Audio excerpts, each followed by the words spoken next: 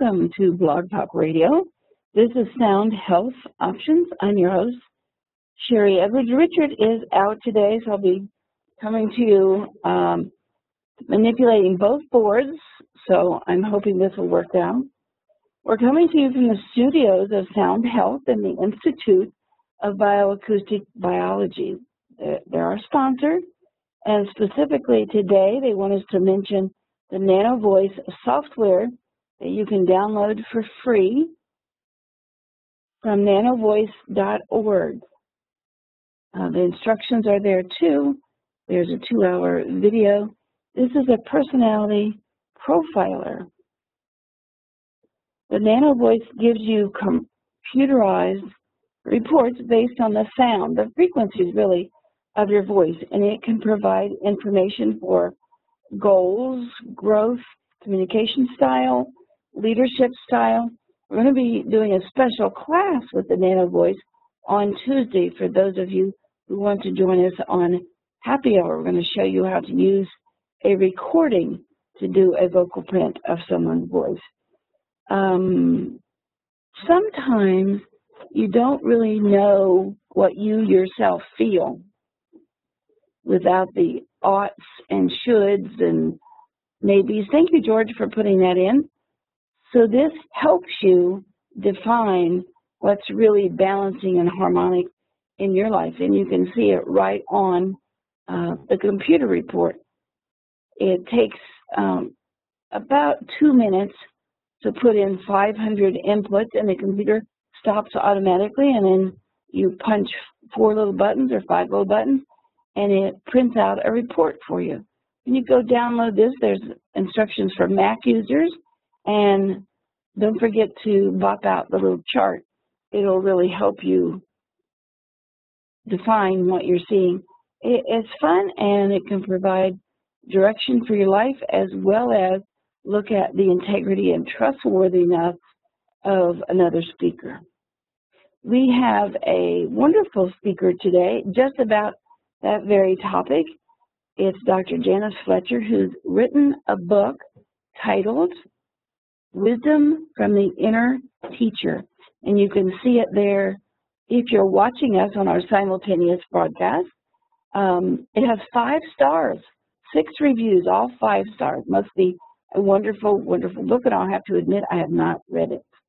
We are simultaneously broadcasting on Blog Talk Radio, also on WebEx, and if you would like an invitation to any of those, you can go to our video link on Sound Health Options, and it will give you both links to call into the show, which is 347-850-1407. And if you want to ask a question, I think you punch 1. And for those of you who want to watch the show, you can also look at the link there. Just roll over the link and hit enter, and it'll take you right to our site. Right now, we're looking at a picture of Dr. Fletcher and her book, and the title, Awaken Your Inner Self. We will be with our guests in just a few minutes, but we need to make some announcements. 1, we are an educational 501c3 nonprofit. We run the largest alternative research center in Ohio. Essentially, we stick a microphone in front of your face and take a sample of your voice and look at what that means in terms of personality and trustworthiness and health and genomes and nutrients and on and on. We are not allowed to say this is a diagnostic or treatment modality, but we can look at information in your voice, and they've all been substantiated with lab tests. What we want to do is help the body obtain optimal health from an innate perspective. The purpose of the entire show is to share information and ideas in support of freedom, integrity, and an authentic self. So we try to concentrate and put the idea of self-help and health back into health care. we want to make an announcement that we're going to be starting a new show on Revolution Radio, and that starts this Wednesday. You can go to Revolution Radio's schedule. We're on Studio B, and click on Direction for Truth. They've asked us to come on the show and provide some clarity for the direction of our government. So we've agreed to do that. So we hope you join us on that first show this Wednesday. And we have almost 1,000 listeners now, active listeners, who also are Facebooking and Twittering this along the way. If you would like to look at Dr. Fletcher's website, this is her Facebook. She loves animals, obviously. She's got pictures of it, and a wonderful picture there with a guy on the ground taking a camera, and this leopard looks like he's trying to help. So anybody who loves animals this much, we appreciate. Okay, to introduce Dr. Fletcher for the show, she has a doctorate in education, is an international speaker, trainer, and coach for educators and community leaders. She's worked as an educational administrator, principal, coach, and leadership consultant to school systems and businesses from the U.S. to India and the Caribbean. Dr. Fletcher received the National Distinguished Principal Award from the state of Georgia in 1996. She has written a variety of educational publications. We are going to be talking about her book, Wisdom from the Inner Teacher, and this is not her only book. I'm pretty sure this is not her only book. We have Dr. Fletcher with us now. Hello, Dr. Fletcher, and welcome to the show. Well, thank you so much for the opportunity to be on your show and to share my message with all of your listeners. It's a wonderful opportunity, and I appreciate it very much.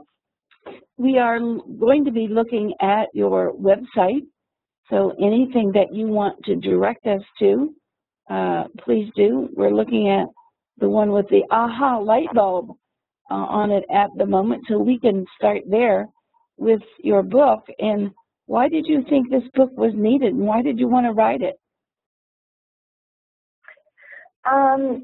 Well, I chose to write a book back when I was a very young girl. I remember telling my mother that I wanted to be an author. And at that point in time, I could tell that my mother was looking at me and sort of quizzically saying, well, that's great, giving me that positive reinforcement. And then it sort of went in the background of life, and I had this long, huge career in education. And I have a very spiritual side. I've been following a spiritual path since I was 16. And so the two worlds of my professional life and my spiritual life were very separate for many, many years. I was actually in the closet as an education person, an administrator, not letting anybody know what I really believed in because I was so scared in the Southern Baptist community that I would be ostracized that I never really spoke about it. And then when I got out of those confines and I worked in the Caribbean and I did other things and so on, the message integrated itself. And so now my spiritual side and my educational expertise has come together in the message of this book. And there's no way I can't speak it anymore. So I was prompted by a very good friend to write the book. I was actually challenged. I was actually told by a seer that I would write it. And actually it really happened. And I didn't believe it for years, and then all of a sudden, poof, there it is. And I'm actually now writing a workbook to go with the book. And so if there are listeners out there, they can guide me as to whether or not it should be a standalone, if it works with this book, or whether it's just a workbook that you need to have the book with it. Anyway, I'm in the process of doing that. Long answer, sorry, but anyway, I hope that answers your question. That's a great start to what we want to do. George has very nicely put all of the links. He's one of our chat, I guess he's one of the chat leaders because he's here all the time and helps us direct people. I have taken the chats that George has provided, and put them over in the chat for Blog Talk so that you can follow along with what we are looking at in our WebEx production. What really is the definition of an inner teacher? One of my daughters is a principal and was a superintendent and was an outstanding teacher also for the state in Ohio. Well, no. Yeah. Yeah. So I'm originally from Ohio. I got my bachelor's in Toledo. All right. I was in high school in Toledo and so on. So my home is really Toledo or Ohio. Know it well. Would love to come back or do come back to visit my sister. It's a great, great state. Don't come back right now. The work that you're doing. Don't go back right now. It's too cold. Our water froze last night, so it's oh my goodness. It's a bit bit of a problem here. But inner teacher, you're talking about it developing, listening and learning from that inner teacher. But what is an inner teacher? Well, we're very familiar with our teachers in the classroom, and those teachers that stand in front of her and back or around in the classrooms, like your daughter or I originally was, and so on. And we have teachers throughout our life all the time, our parents and so on, and are constantly teaching us. But there's an inner teacher that talks to us, and my mission is to have us listen to that inner teacher and follow that guidance. And so what it is anything you want to define it. It's very easy for people to recognize that there is this inner teacher because we all have these moments where we're told, yes, no, don't, I knew it, I should never, whatever. And that is that inner teacher coming to us. So the name of the inner teacher makes no difference to me whatsoever. You can call it higher consciousness, the higher self, the universal mind, God, your conscience, a muse, intuition. There's many, many names for it. It makes no difference as long as we each recognize the voice or the message that we hear inside of us and follow it. That's the trick, follow it. And I'm going to tell a couple of stories on myself. Way back when, I went to this very wonderful, intuitive man, and I said, I am just growing by leaps and bounds. I'm opening my consciousness. I'm listening. I'm paying attention. I'm being more intuitive and more psychic, but I'm leaving my husband behind. He doesn't have an inner self. He doesn't listen to intuition. He doesn't want to hear about it. And I'm just afraid with all my growth, I'm going to leave him behind. And this very gentle guy said, and what makes you think he had to grow? I was startled by that. So some of us don't have to grow, that we're here as foundation or something we choose. How do you get in touch? I have somewhat the same experience within my marriage and have lived with my spiritual arrogance for years over that initial assessment of my then to-be husband. So I understand it well. And the question is, do we know who is listening and who isn't? And it's a very intuitive, obviously, process. And some of us are mastering it all the time, and we don't even realize that we are. Others are not. And so how do we listen to that? That's the whole crux of my book. There are 6 steps. What I've done is I'm not sharing anything new or different. All of these truths, because truths have always been around, the truth of the universe, the mysteries, and so on and so forth. So there's nothing new about it, but there is a purpose for me to share the process of how that truth comes to us, how those insights come in, and so that we can become aware of how that happens. And then we can recreate it. We can actually sustain that opening so that we have more aha, more epiphany, more truth coming in. So the way that you hear is through the 6 steps that happen with every aha moment that anyone has ever had, just so we don't know that those are the 6 steps. So that's my mission, is to make us aware of that, thus creating more of them. Now you're trying to know what the 6 steps are right now. Yes, we're going to get to that, but I want to know if people have to look for it, or is this just something that falls on you? This is something within every human being. So I don't care where, when, who, how old. As a human being, we have this inherently within us, and we can know that we have this in us because we've all had aha moments. We've all had those epiphanies where all of a sudden the answer that we've been looking for is proof comes out somewhere, and then we know that that's the answer. And where did that come from? So wherever that came from, however you want to define it, it comes from the same source. And so no, you don't have to look for it because it's already there. All we have to do is become more aware of it. We will still have the occasional aha moment. Everybody does. The truth will come in. My purpose is to make us more aware and to have it come in on a continual basis so that we're constantly living with truth coming in and making decisions in our life based on knowing at our deepest level what the correct answer is to move forth on. So you don't have to look for it. You can't go buy it in the store. You know, you can't get it anywhere. You can't buy it in a book. You don't even need my book, I'm sorry to say. You know, you'll hear everything you need to hear right here. Although the book is a great teacher gift or a gift for somebody, anybody, it's hopefully very interesting, but it's not necessary. Truth you never need to buy. It's beautiful. No, you don't have to go looking for it. The outside of it's beautiful.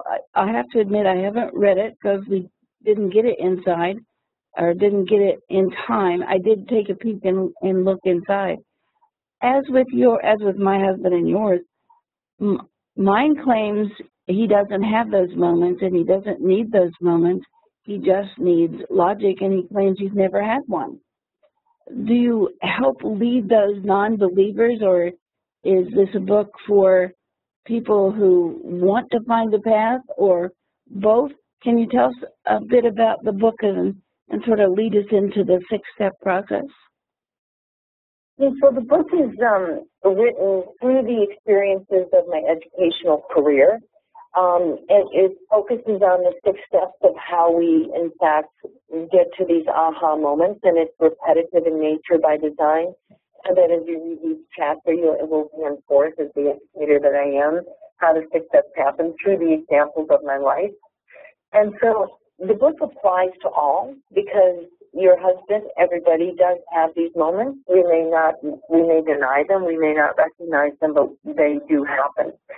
And so the book is also written not only for all, but it also can be viewed, this whole 6-step process, through a number of different lenses. And just like the name of the inner self or the inner teacher, I don't care what lens you look at it through, because you can look at it neuroscientifically, and I can describe to you everything that's happening neuroscientifically within the brain. I can look at it biologically and say what's happening physically within our systems that's making this happen.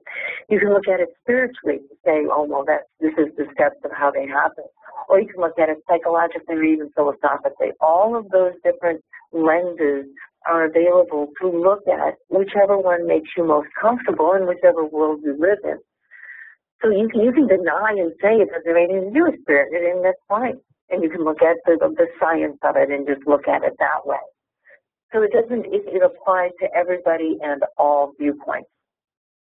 So, what are the 6 steps? That's we're at the crux of it, and that is, it begins with a desire.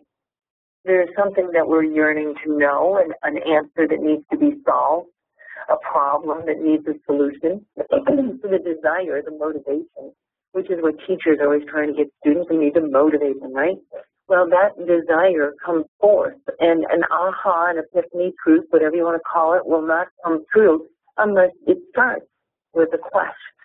So from the spiritual point of view, there's a quest, there's a seeking. From the biological point of view, in your mind, you have a question that you need an answer to. And so that desire will then lead you to try and solve the problem or answer the question. And we've all been in those situations where we go around and around and around in our left brain, and we're trying to file through everything that we've ever known or know how to compute or solve or do. And we try and answer this question and try and answer it, and it's just not coming. And so that cycle of the left brain is what we usually use in colleges or universities or wherever it is we're studying for tests. And we think what we need to do is to study more and study harder and, cram all night and so on. When in fact the opposite is what needs to happen. And what naturally happens in this process is we desire the question, we desire the answer, and we desire it, we treat it, and we work, and we work, and we work, and then eventually we just say, I give up, I don't know. I really don't know. And I'm going to work on that tomorrow, or I'm going to table it to the next meeting, or I'm going to ask so-and-so, or I'm going to look somewhere else, or I just need a break from this. Any of those responses that we come to with our desire, with our need for this question, leads us to the next step. And the next step is as I said, a very natural process. You don't work to try and make it happen, it just eventually happens. When we don't get the answer, we surrender, and that's the second step. And surrender, in the spiritual sense, is the surrendering of self, the ego, to a higher power, somewhere, somehow, whatever you want to call it. From a biological, neuroscientific sense or lens, it means that we have shut down the left brain. So the left brain, which is our logical, linear thinking part of our brain, finally gets turned off. And when that gets turned off, all of that logical, linear thinking stops. And when that stops biologically, neuroscientifically, it leads us to the next step. So again, very innately, very naturally, we move into the next step, and that is stillness or silence, because our left brain is no longer chattering. Now, in a spiritual sense, this would be the meditative process. Here we are quieting down the left brain, quieting down our ego or chatter.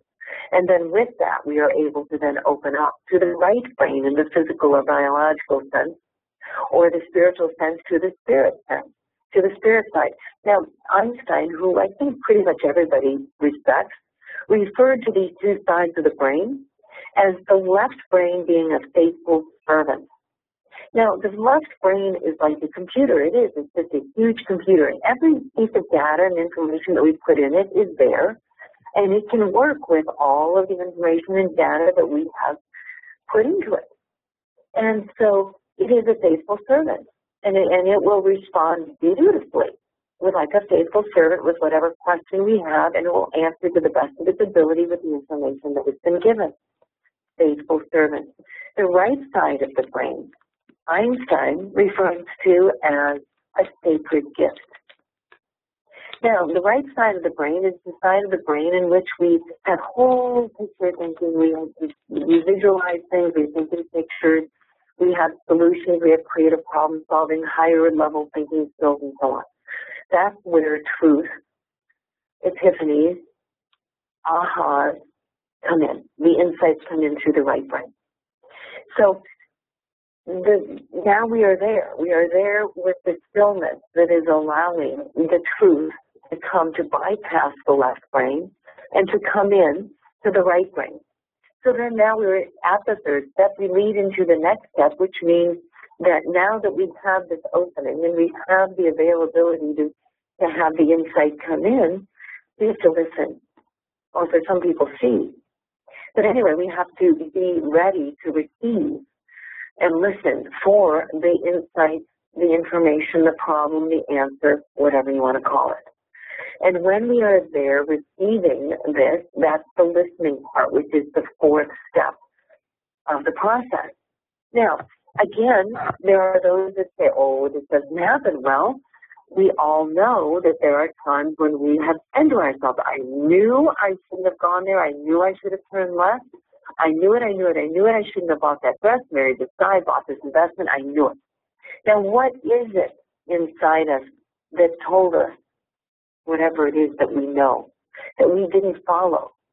That if this, in fact, is a sacred gift, as Einstein refers to it, and we use that adjective sacred, or even the noun gift, then we can look at it with an appreciation of, oh my goodness, this is something special. And what it is truth.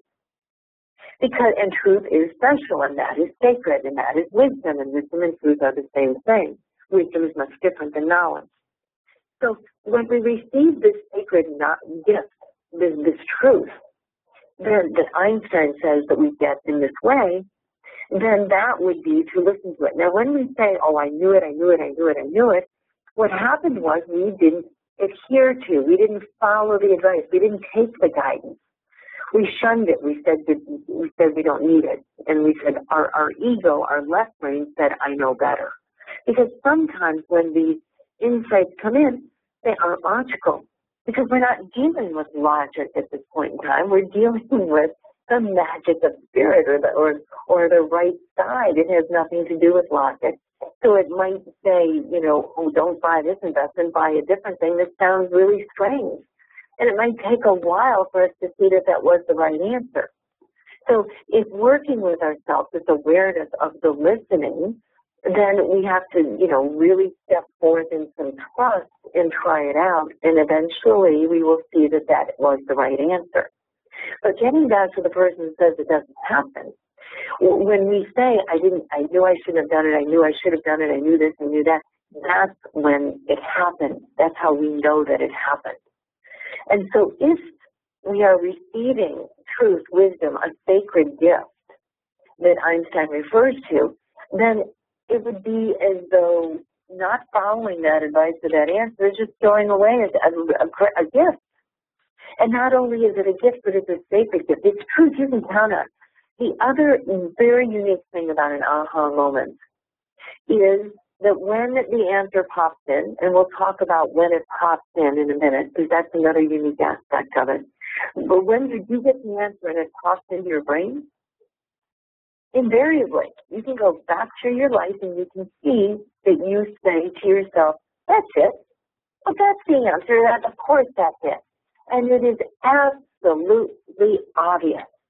There is no doubt whatsoever in your entire being that that is the answer. That's the direction. That's the investment. That's what it is. Because truth is truth. And you never doubt it. So the other aspect about proving to someone that this in fact does happen is that not only did you get information that you didn't follow, you also know that when you didn't follow it, you didn't end up in the right place with the right answer or whatever. So we have to not only listen, but then the next step of the process is to act on this information. And as I said, you have to sometimes be very strong because it may not appear to be the answer that you want or the answer that is logical. And the final step of the 6-step process is to then test the entire process, meaning that you can autopsy it backwards, which is what I would like everybody to do. When the next time that you come upon an aha moment, the next time that a truth pops in, an epiphany happens, that's when I want you to pause. Just pause right there and look backwards and say, oh yeah, on Tuesday I was asking that question. I remember I was in that's why I was seeking this answer. Yeah, that's when it began. And then look closely at what happened and you'll see that there was somewhere along the way that you said, I'm giving up, I'm not trying to figure that out anymore. And that was the next step. And then you can look at, now we'll talk about, if you want me, I can just keep going here. Let me interrupt me if you want to ask anything. The conditions under which an aha moment happens. Okay, it's not what we think. Okay, it's not when you're sitting there caffeining yourself, drinking Red Bull, trying to get yourself to cram to death. It's not anything having to do with the left brain. As I said, the left brain shuts down. Now, what happens is that when we say, I give up, I surrender, I don't know, somebody else has figured that out, then we move into the right brain. And the right brain doesn't happen in our regular conscious state. It happens in what we call an alpha state or a theta state. And those states of mind are somewhat dreamy states.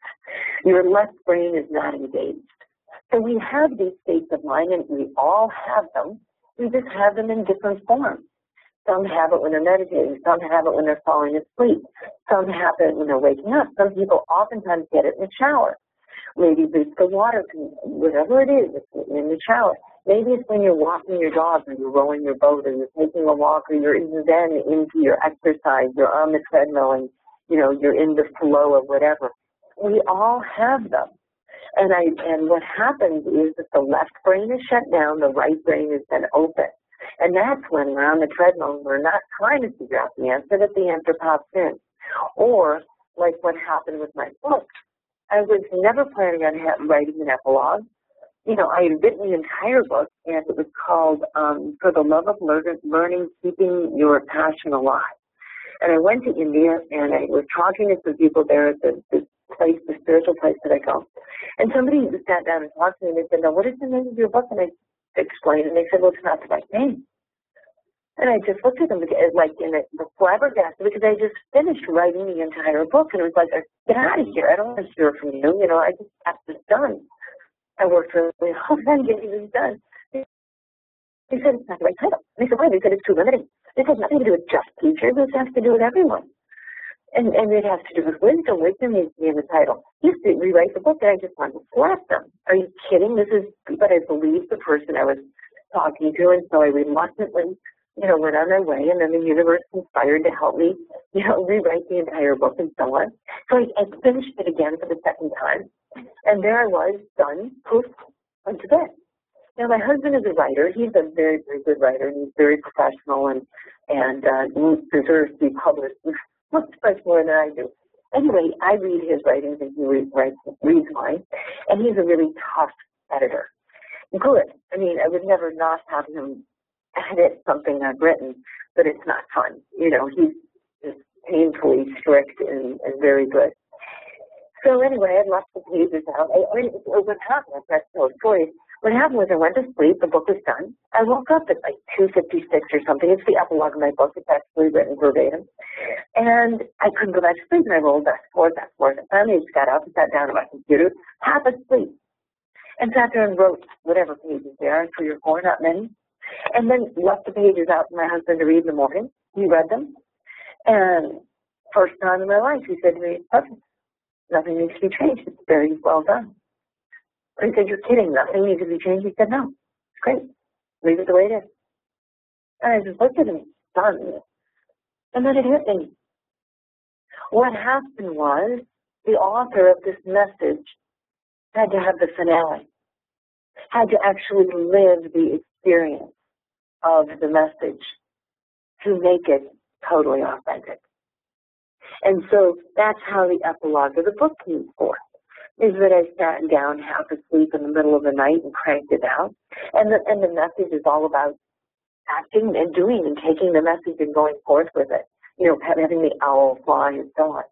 But anyway, so what happened was, my alpha state was that I was half asleep.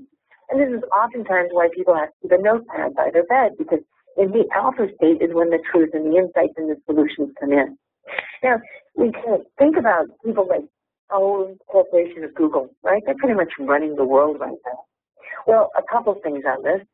Google, and I should get the specifics on this, but anyway, there's 2 or 3 or 5 main companies like that in the world, that the heads of them were all trained in their early years in the Montessorian method of education. And the Montessorian method of education has everything to do with right brain creative thought. So the geniuses of the world that are running it were trained in that way. And in the Google world, you know, they don't come in a tie and sit at a desk. They don't train their people, you know, in the normal ways that we train people. They brought in ping pong tables and pool tables and even bars and set up places where people were socializing and playing and having fun. And that is where the creative mind resides. Now, just as a little bit of an aside, I'm going to tell you for the classroom here, because I am an educator and this is written through the lens of the classroom. How does that apply to the classroom? I refer to it, and this is my little term that will have to go into my next book, called the militaristic circus. And what I mean by that is that you have a classroom that is militaristically run with very clear boundaries, very clear rules, very clear behaviors that are tolerated and so on. Everything is militaristic. Take it to the highest degree where the students walk in with an expectation of what to do, how to do it. But then once they get into that structure, everything is play and have fun. And they may be thinking that they're just playing and having fun, but the play and having fun that the students are doing it with a lot of creativity on the teacher's part to bring forth the curriculum and the things that need to be learned and so on in such a way that they're discovering and playing and having fun. So if we look back on our aha moments, we'll notice that they come in when we are least expecting it.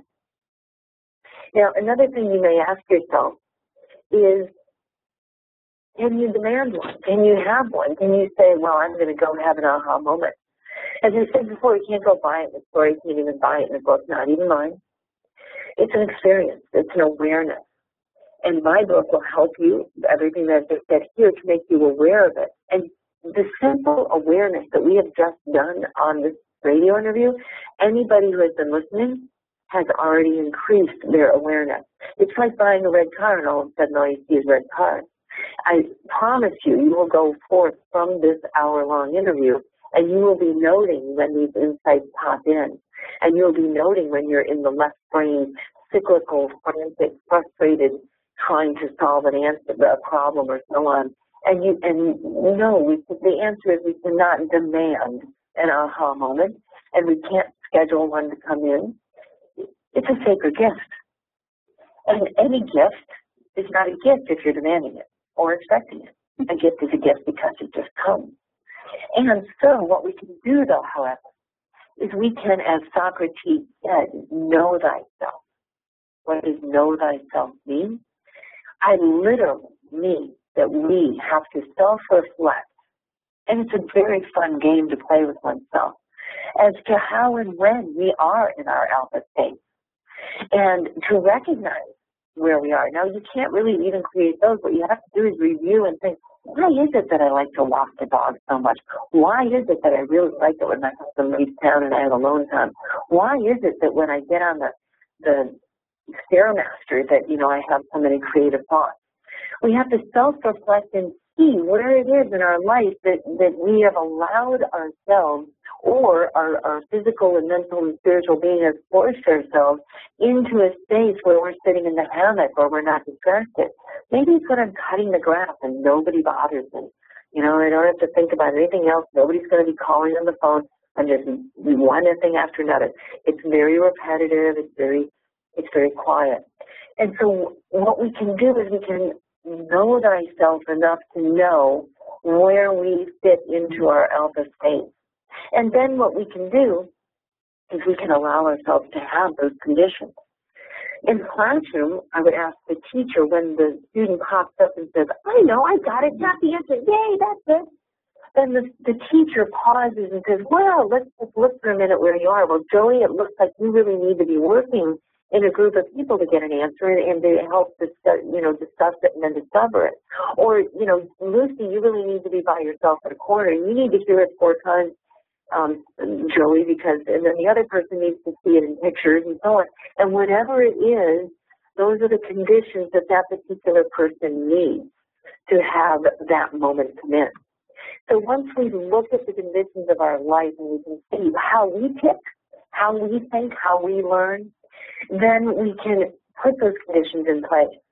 And even though you say, well, I'm going to go take a walk now, or I'm going to go to sleep and wake up with the answer. No, that's not the way it's going to happen. Because I promise you, if there's any expectation that you're going to get it, it's not going to happen. It's just an axiom. There's a couple of questions that lead into this, or you could answer. People want to know how they can recognize it. Is it words that fall in my head? Is it pictures in my head? Is it just an idea? Is there a body signal? One person is describing a sort of a tiny tingling, a signal that comes before this knowing. How do you recognize it? All of them are correct. All of them are correct. As unique as a snowflake is, as unique as we are as individuals, the uniqueness of how we hear from within is very, very intimate. It is between you and your breath, you and your inner teacher. And that they recognize that there's a tingling or a knowing or a picture or a word or whatever is great. And all we do is keep our awareness of that. First, have a sense of gratitude about it, that you, in fact, do get those knowings.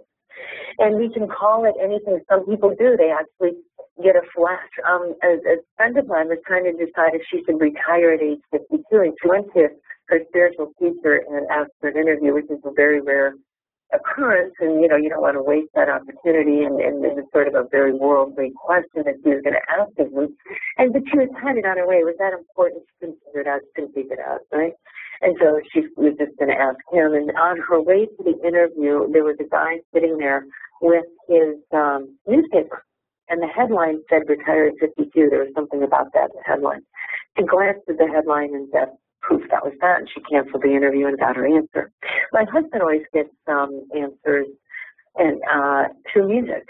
Inevitably, there will be some tune that will come on, some song that's meaningful to him, some phrase that, even the, whatever, and it comes through music, So it doesn't matter. It's all, every which way you can imagine is the way it comes in. So there's no one way. What we have to do is we have to figure out what is our way. And it may be multiple ways. Some people may hear a voice. Some people just get a knowing. Some people just get a feeling. Some people get a vision. Some people, there is no one way. Not limited at all. I have my way in that if it appears 3 times, then I'll go do it.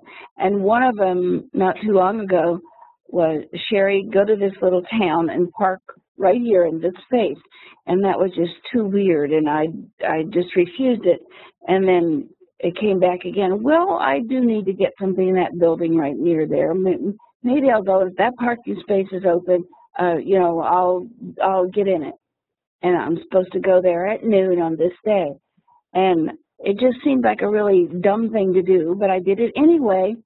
And a lady collapsed and had a heart attack right beside my car. And I was able to help, and it ended up being the mother of a friend of mine that I'd never met. So in my experience, if it happens 3 times, it's really urgent. So it's Well, and thank you for sharing that you resisted, because if it's going to happen, it's going to happen.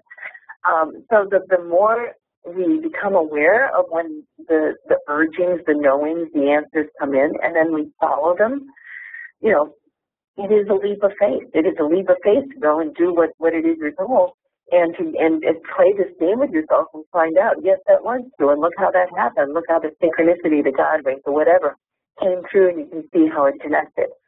But it's a completely individual, very, very intimate part of ourself that we are paying attention to. It showed me the connection of all things, that on some level, I really knew that.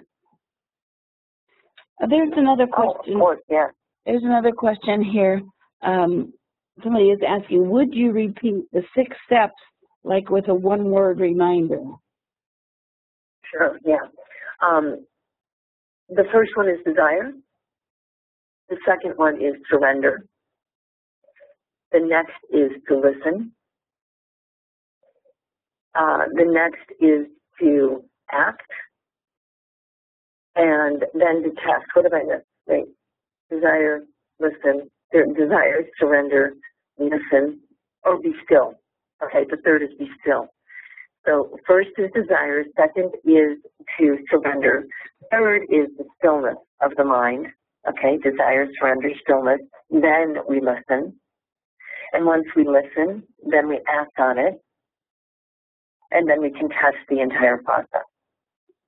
There are so many lovely supportive messages in here from our listeners. Spirit is as redundant as the body is. Awareness is the lens through which you're willing to receive and interpret the information. And then a couple of questions. Here is a doozy. How can I tell the difference between self-inner truth and outer truth? Where do I get my reality check? Great question. The same process that I've been talking about. It is about testing it out for yourself. If you get contrary answers with your logical mind, and then the right mind, the intuition comes forth and says something else, and you're trying to say, well, which one should I do? This is really important. Then you have to try it out and see. That's why you have the testing step on the last step of the process. to test it out and see for yourself. When it is truth coming from your right side, invariably it will serve you well, whether you realize it or not. And sometimes it doesn't even appear as though we're serving ourselves well. Because, we may want to marry this guy and keep asking ourselves, should I? And the answer keeps coming up no, and we really want that. And, so and we never marry him, we don't know. That's why, well, we shouldn't have married him or whatever. So, so test it out with small things, so it's not so much of a risk, right? And then keep testing it out back and forth until you build up a confidence and a trust factor of your own sense of knowing. Because the more you work with it, it's a muscle. It's like a muscle that grows, and it's just there waiting to be developed, waiting to expand. The awareness to get bigger and greater. So the more we pay attention to it, the more it comes forth. So, it's a wonderful axiom on that. Just keep seeking and you'll be given. Keep seeking and you'll be given. One of the things we don't usually do after we talk about our sponsor in the beginning is to bring it back. But that's one of the things that this little nano voice free software does. It confirms what you already think or what you already know. And now I want to do an experiment and see if the conscious, when you're trying to override the unconscious, what's really going to happen. There is another, that's just a comment for me, something I want to do. There's another question here. How can I overcome the fear that holds me back from doing what the inner voice tells me? Again, I would say taking small steps. So listen to the inner teacher on things that have a low risk factor for you, and move on that, and then note that was correct. And if you don't follow the inner guidance and you see that the result ends up blowing up in your face, note that. Trial and error. Not to judge yourself. Yes, it's a building up of trust and knowing. It's faith. And what happens, we start with faith and then we end up with experience. Okay, and then it becomes innate. It is innate already, but we just have to get our left brain out of the way so that we can, we know people that, kinesiology is all this, right? We all know about kinesiology, and that's just answering yes or no in our body. So when I was coming into the studio this morning, there was a little blue book, which is my password book, laying on the table, and I looked at it, and I dismissed it, and my eye went right back to it and stared at that book. And then I got in here trying to find your Facebook, and I didn't have my password. It was in that little book. So that's a good lesson learned. But we are looking. We're looking at your We're looking at your Facebook right now. But I have a question from my husband. As we discussed, you were going to be on the show. He says his job in life is to be happy, and that he feels like people who are aware are under the strain or the push to make a difference, and he doesn't feel that and doesn't want to feel it. Can you comment? Well, sure. It's sort of like not wanting to make a decision. If we think that we don't want to make a decision and so we don't make a decision, we think we've had no effect. However, by not making a decision, we've made a decision, and the actions follow, therefore, they're from whatever we have not decided. So in terms of not making a difference or having an effect, he can't not. He does make a difference. In every single step, every word, every breath, every thought, as we all do. He's no different than anybody else. He doesn't have to be aware of it. He wants to be happy. That's great. I wish the whole world would just have the objective of just being happy. So be happy. And when he's happy, he's having effect. He's making other people happy. He's bringing a positive vibration to all of those around him. He's looking forward and seeing the glass half full.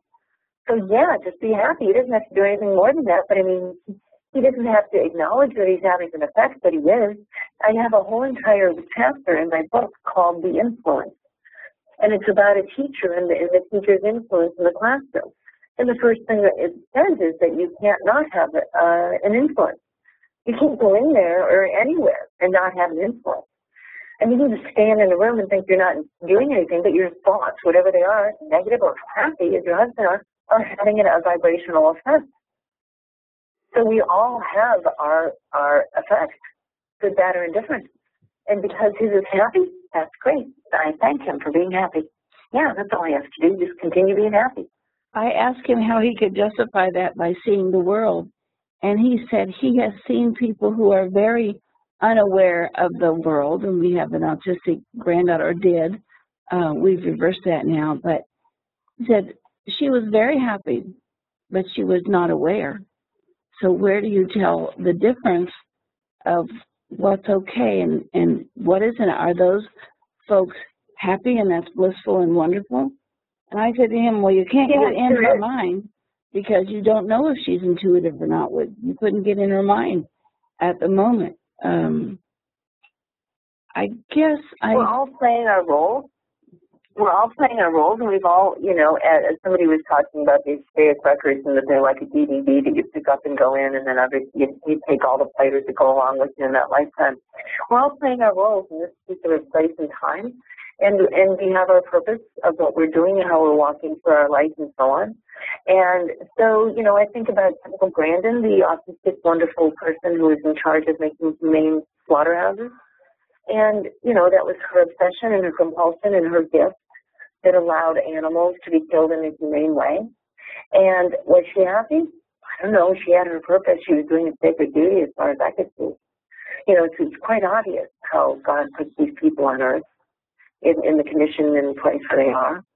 While watching my dog die, was it, should I have put him to sleep or should I have assisted him till his last breath?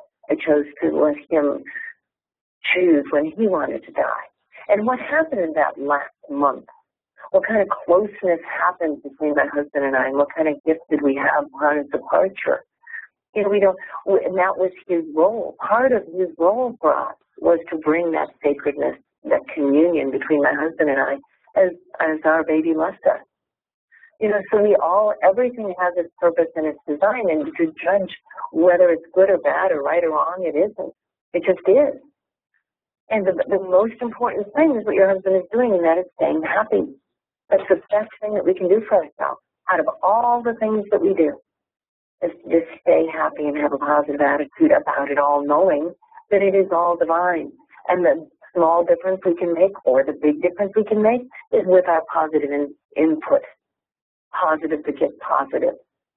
There's a wonderful thing that somebody just wrote in the chat. I don't know if they want it noted or not, who they are, but the mind and the heart both speak through the inner voice. The task is to know the difference. I think that's beautiful. And another... It is, and that's the discernment that we've been given. We've been given discernment in the human form, and that's what we're doing, is discerning, which is the heart, which is the mind talking.